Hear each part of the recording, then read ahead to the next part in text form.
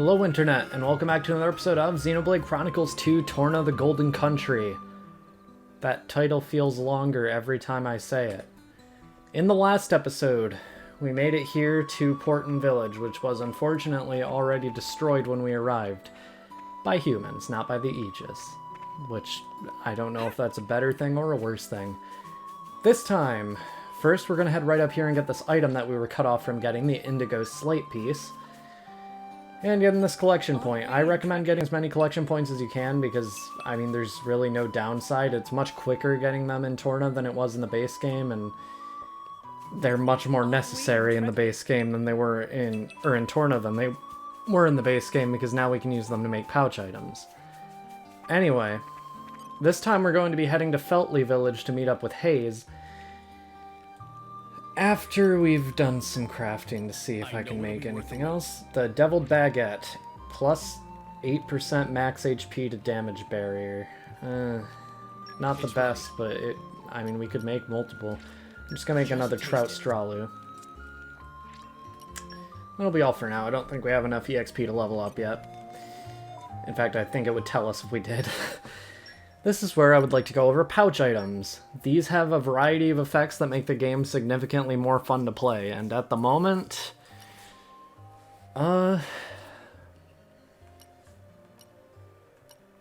honestly, the Trout Strawloo will be more helpful for what we're going to be doing today. I'd like this, didn't you?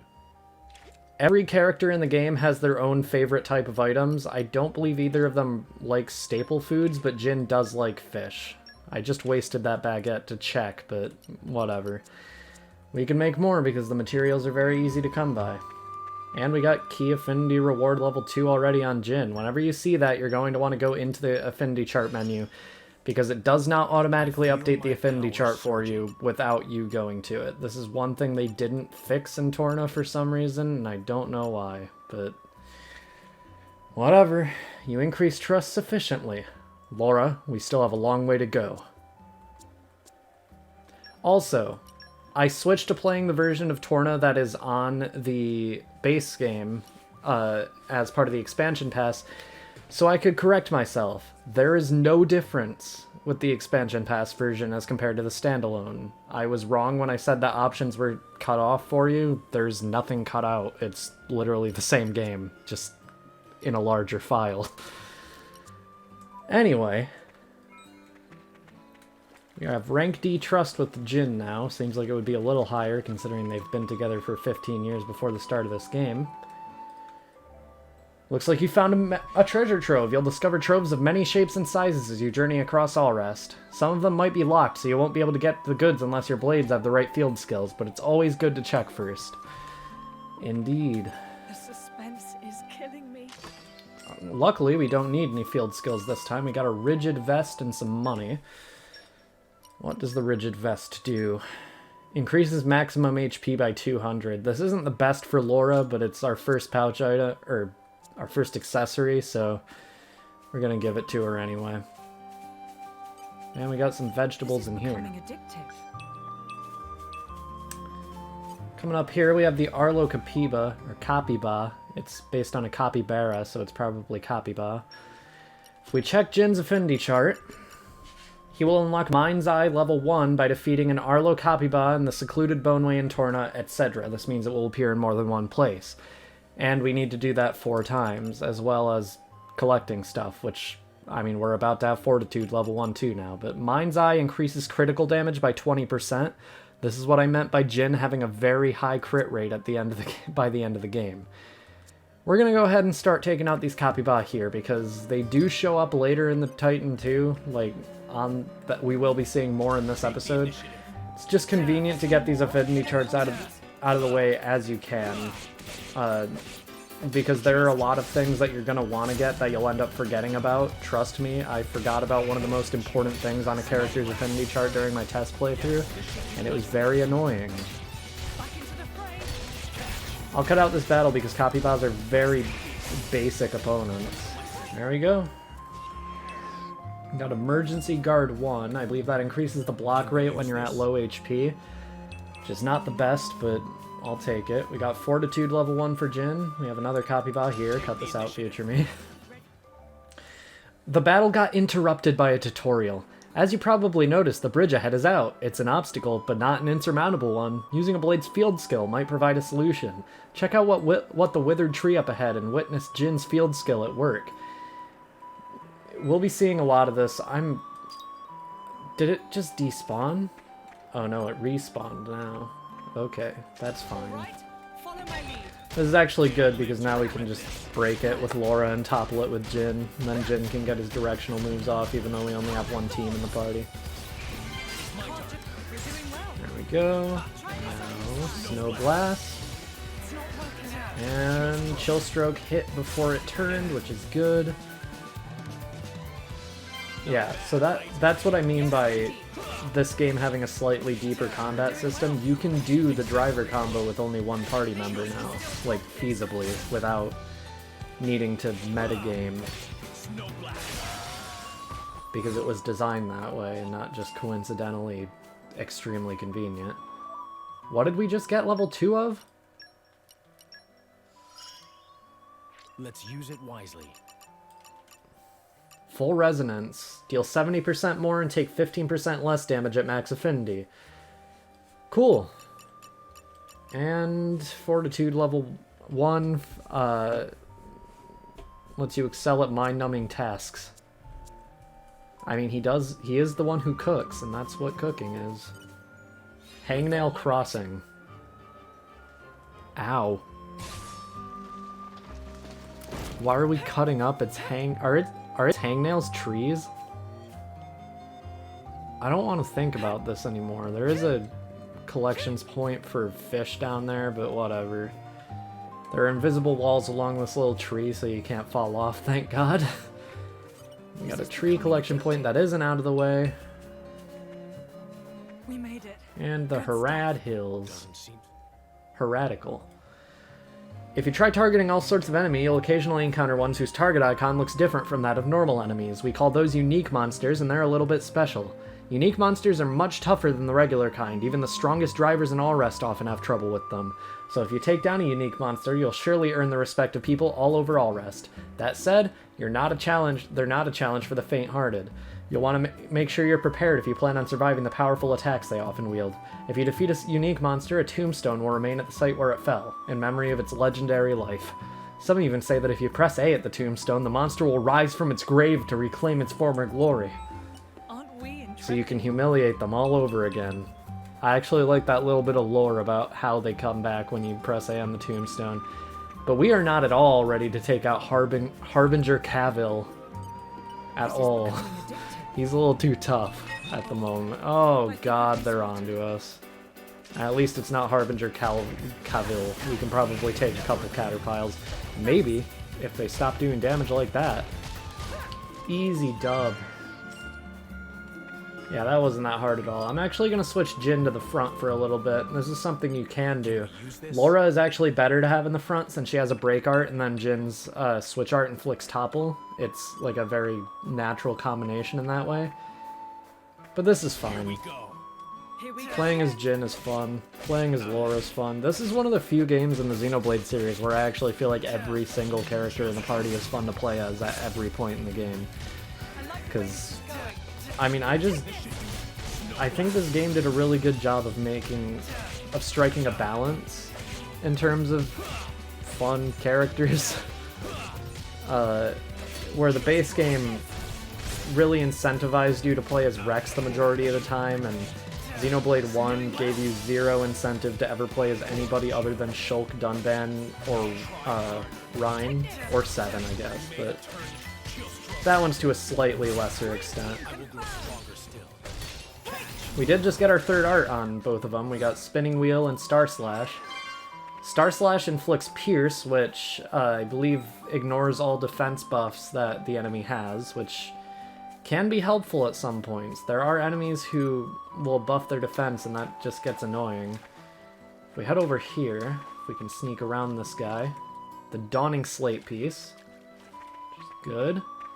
And we have another Arlo Copyba. Sorry, Arlo, your reviews aren't my favorite. Yeah, so generally the order that you get the arts in will dictate how fast they charge. So obviously Star Slash is the slowest art we have to charge, and it hits 3 times, so it generally will do more damage than the other two. Whereas Chill Stroke charges really fast, but it does minimal damage and does a really good back effect of raising the damage by 100%. And Snow Blast raises it by 50%, charges slightly slower than Chill Stroke, but does more damage overall. Unfortunately, we can't cancel our arts into arts yet. That'll be soon enough. We only have to take out one more. Making good progress on the affinity chart already, that is always a good thing. Got some insects here. Sand Upa, Sparkled Monarch, and Sand Upa. Upas are actually enemies in this game. It's a little interesting, you usually don't see like enemies have smaller variants that are just items. So, cool. Not so cool as in like, oh that's so cool. I mean so cool as in so, as a result, that's cool, you know?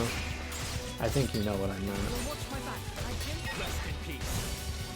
Oh my, okay, we can't keep going with these ones. Nope, nope, we're gonna die. Yep. Oh. I was in the middle of an art, so I couldn't escape as soon as I realized we were screwed. This is the first time where it becomes really helpful to lure enemies away. Because we're going to want to take this one out on its own. We don't want that Ansel getting in, because Ansels actually do a ton of damage. They have an art called Feather Vein of Pain that does a ton of damage to every party member. And we only have one team in the party right now, so it's not a huge deal, but it still does a ton of damage. I'm glad we are not fighting an Ansel right now. Alright, get this HP potion. That's another thing. Since we only have one team in the party, we really have to make sure that we're keeping track of our HP, because we don't have the AI to heal us at the moment.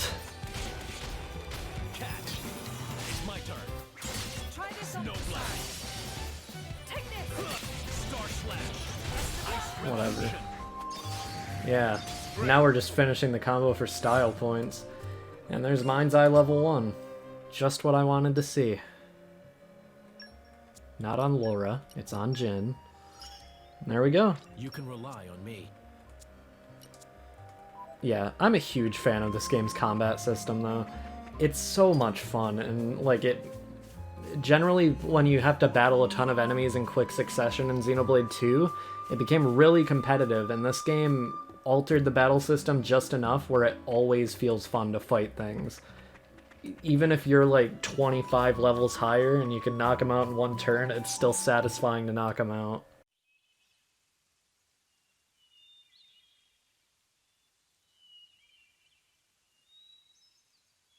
Looks like Haze isn't here yet.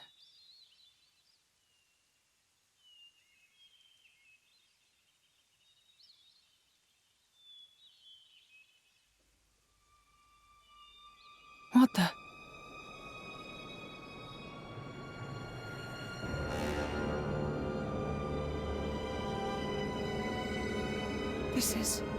This should be the village of Feltley. It's almost like glass. Rumor among the mercs says that's the hallmark of the Aegis. But why would he do this? Look out!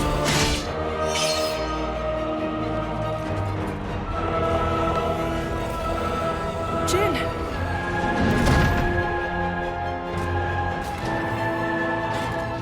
It's nothing.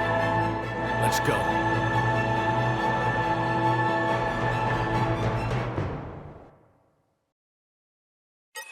Gargoyle, despite appearances, is only level 8. However, this is the most challenging enemy we've seen so far, and we are more underleveled than I'd like to be to face it.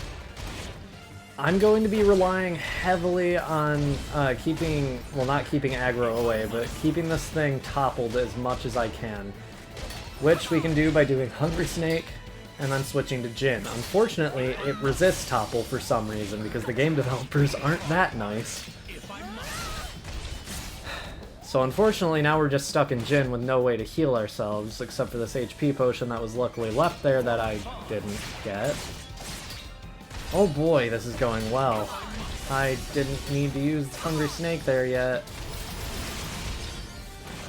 Okay, that's fine. We're doing decent enough, honestly, even despite the constant mess-ups in this fight. I need to switch to Jin right away to get that recoverable HP. Okay.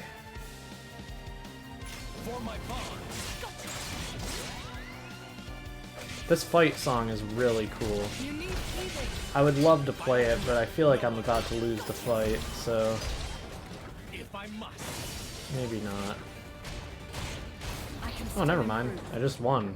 I could have let you listen to it and I just didn't. Okay.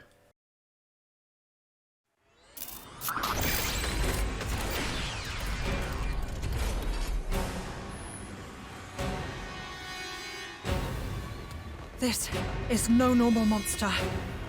Not an Ardanian Titan weapon either.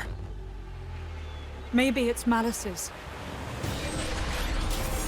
Get down, you two!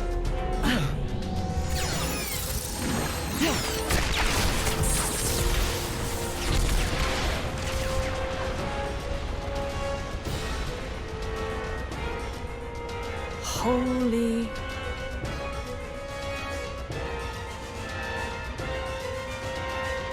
That was a close one. Looks like Malos's artificers are still roaming around. So it was.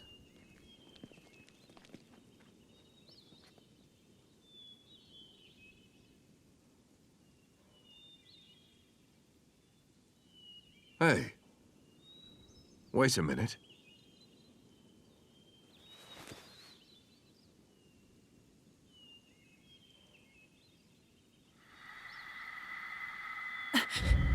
The emblem of Torna. You are Jin, right? Wow, I can't believe it. I came all the way out here, and who do I say but the paragon of Torna and his driver? You're so young. That core crystal was stolen 17 years ago. Quite a feat to pull off that heist at that age. Are you going to arrest us? Execute us? I don't know yet. I did just save you after all. Oh, how magnanimous. Laura, there's no point in talking.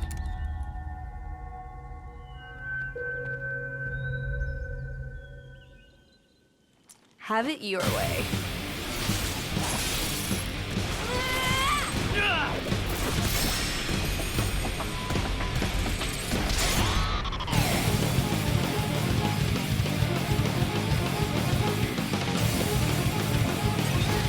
Heads up, people! Fighting Mithra and Addam, I'm going to recommend that you face Mithra first because she's going to be doing a lot of damage over time. Meanwhile, Addam really just does damage in general. And damage over time is a little more threatening when you only have one team in the party. Unfortunately, I do believe Mithra also resists break, so we can't really do that to her.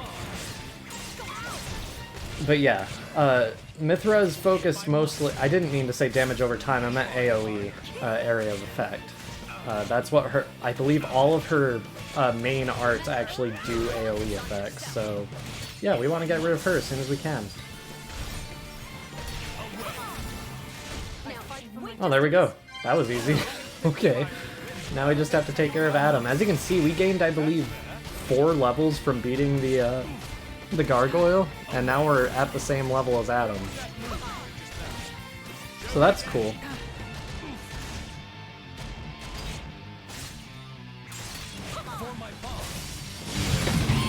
Doesn't look like we'll be capturing you then.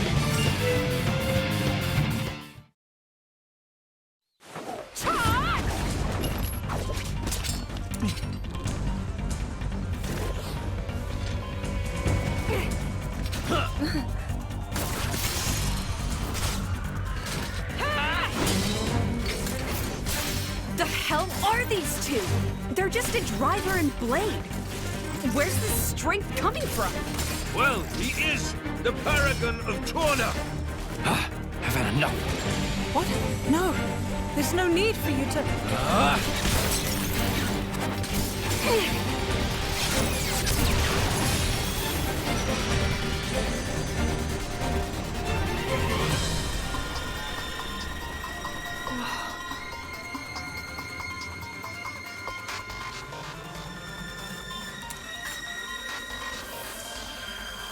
You!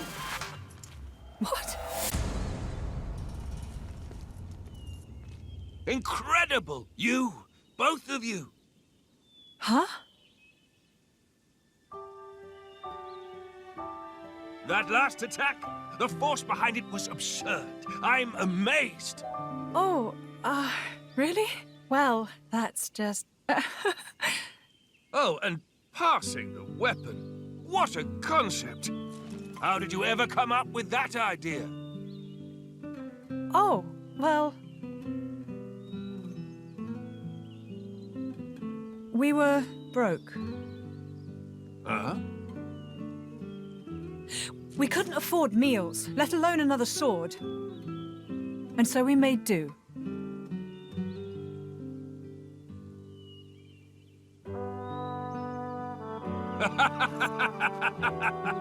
You're kidding. Oh, man, you guys are the best. I haven't laughed this hard in ages. Huh?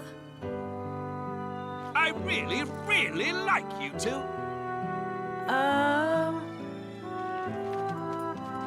Master Addam! Sir! Milton! Oh, thank goodness you're all right. Master Addam, are you hurt at all? Master Addam? You can't be the Addam Origo. The Lord of Aletta. And fourth in line to the throne of Torna. Oh, come on, Milton. I've been with him the whole time. You really think these two would cause any harm? You've been using your dumb artifice again, haven't you? Dumb? So yeah, sure, nothing to worry about, right? Milton? Who's this then? Ah, this is Haze. She rescued me from the jaws of some nasty monsters. Well, I'd better give her my thanks. Haze! Oh, was she with you? I'm sorry to keep you waiting, my lady.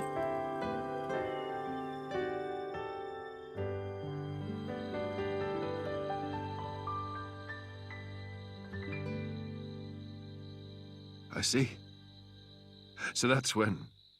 What a sad, sad tale, Nora. Oh, here we go again.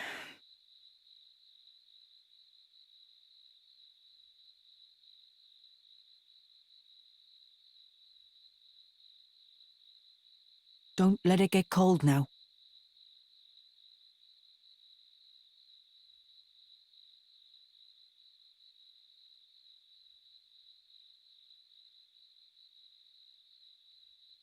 So then, how come you've enlisted with a band of mercenaries?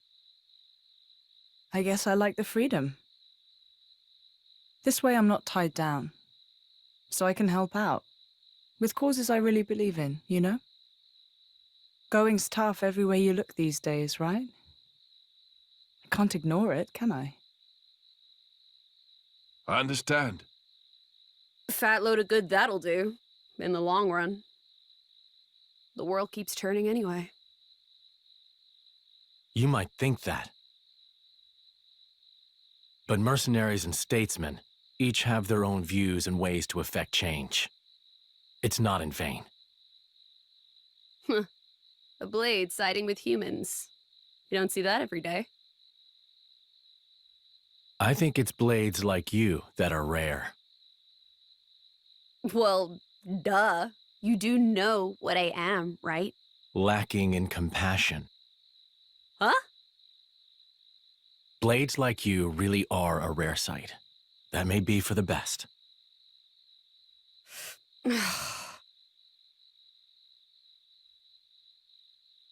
So, about Jin. I suppose you have to take him away from me. I could try to slay you right here. But But my mission is to stop the Aegis's destruction. To subdue Malos, not to seek out lost trinkets. Who cares about paragons anyway? huh? How about you two join up? Lend us your strength. You're incredibly powerful. There's loads I want to pick up from you, like that trick from before. Let's see. We'll say I found the paragon on my journey and decided to entrust him to you. To help with Malos. Well, sound plausible? That's just...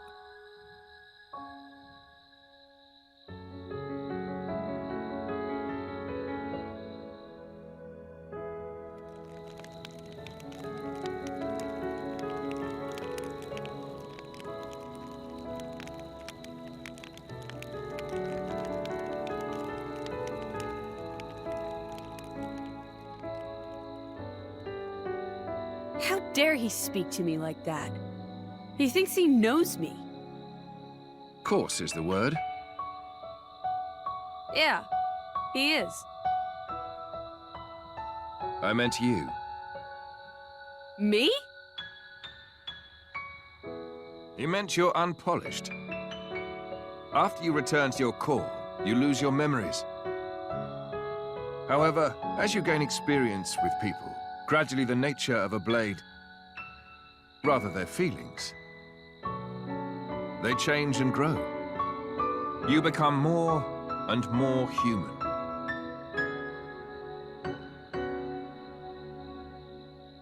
But you purposely keep yourself apart.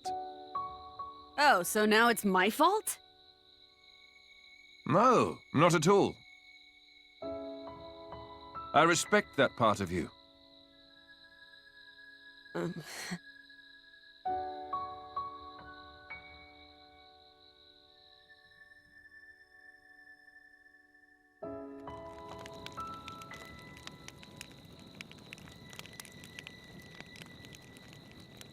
Hey, are you angry? About this whole Malos thing? I'm not. Whatever happens, I'll protect you. Be sure of it. We cannot simply ignore what's happening in the world. But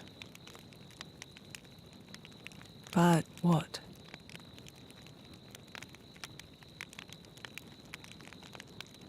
please say you'll be careful. I will.